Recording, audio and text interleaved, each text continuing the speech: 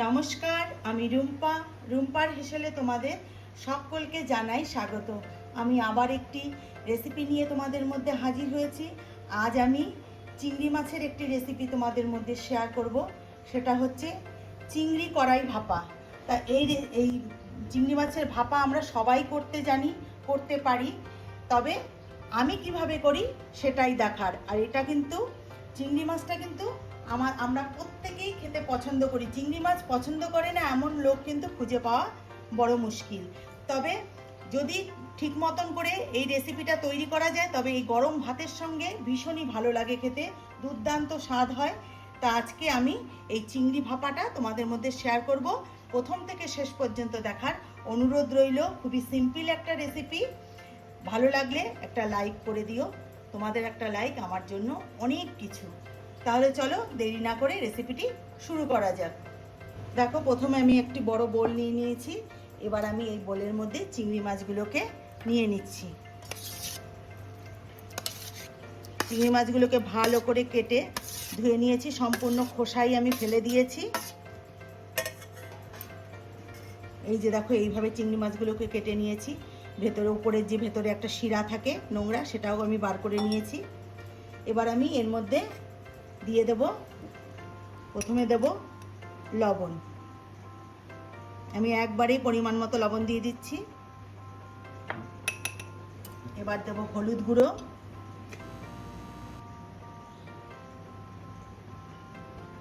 এবার দেব এর মধ্যে বেটে রাখা মশলা।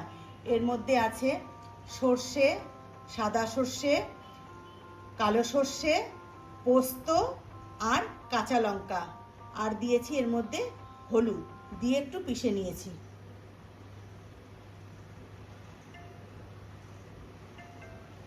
পরে আমি বাটিটা ধুয়ে জল দিয়ে দেবো।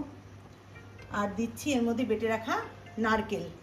এটা ফ্রেশ নারকেল, তোমরা ফ্রেশ নারকেল দেওয়ারই চেষ্টা করবে। এর মধ্যে কিন্তু শুকনো নারকেলের গুঁড়ো দিলে কিন্তু টেস্টটা কিন্তু ভালো হবে না।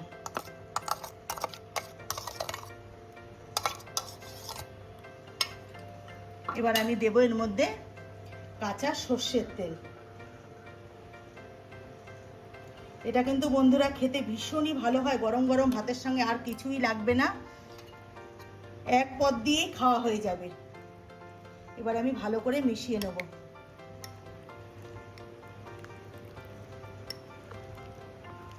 দেখো, চিংড়ি মাছের সাথে সমস্ত মশলা আমি ভালো করে মাখিয়ে নিয়েছি। এখানে আমি চামচ দিয়ে মাখিয়ে নিলাম, তোমরা চাইলে হাত দিয়েও ভালো করে মাখিয়ে নিতে পারো।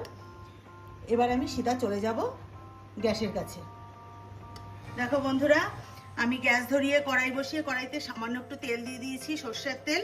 এবার আমি এটা এই যে মাখিয়ে রাখা চিংড়ি মাছটা, এটা আমি কড়াইয়ের মধ্যে দিয়ে দিচ্ছি। এই কড়াইতে আমি ভাপাবো বলে তাই এটার নাম হচ্ছে কড়াই ভাপা চিংড়ি।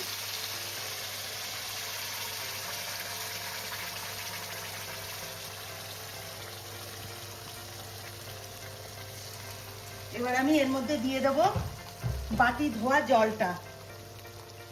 এই যে মশলার বাটি ধোয়া জলটা দিয়ে দিচ্ছি।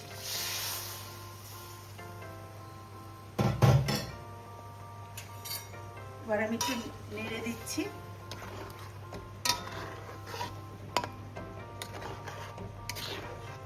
এবার আমি উপর থেকে দিয়ে দেব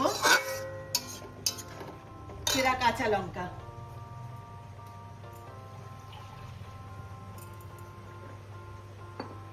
চেরা কাঁচা লঙ্কা দিয়ে দিচ্ছি, এখানে 4টে কাঁচা লঙ্কা আছে।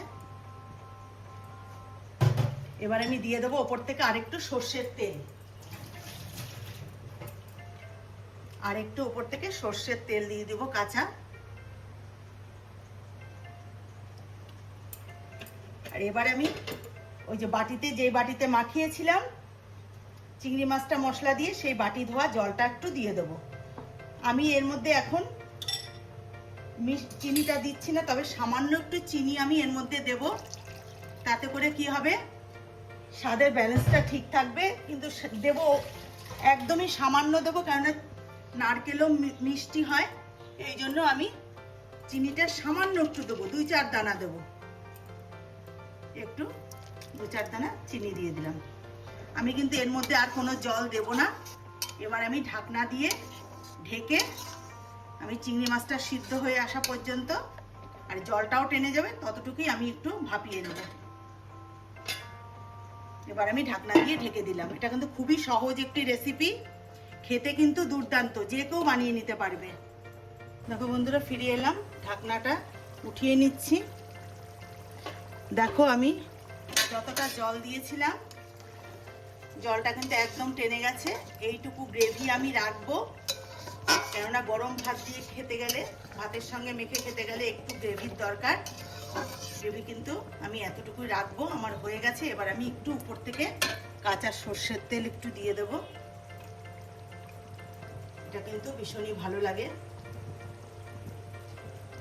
এই চিংড়ি মাছ, কড়াই চিংড়ি ভাপা, এটা কিন্তু এতটাই মজার একটা রেসিপি, খেতে কিন্তু দুর্দান্ত লাগে বন্ধুরা। চিংড়ি মাছ আর ইলিশ মাছ, এই দুটো মাছই আমার খুবই পছন্দের। আমি এটা ভীষণই ভালোবাসি খেতে। এইভাবে আমি রান্নাটা করি। দেখো হয়ে গেছে। তোমাদের কাছে অনুরোধ রইল, আমি যেভাবে করলাম ঠিক বাড়িতে অবশ্যই একবার এইভাবে রান্না করে খেয়ে দেখো, তোমাদেরও ভালো লাগবে। গ্যাসটা আমি বন্ধ করে দিচ্ছি। এবার আমি নামিয়ে নিয়ে তোমাদেরকে দেখাচ্ছি কতটা লোভনীয় হয়েছে।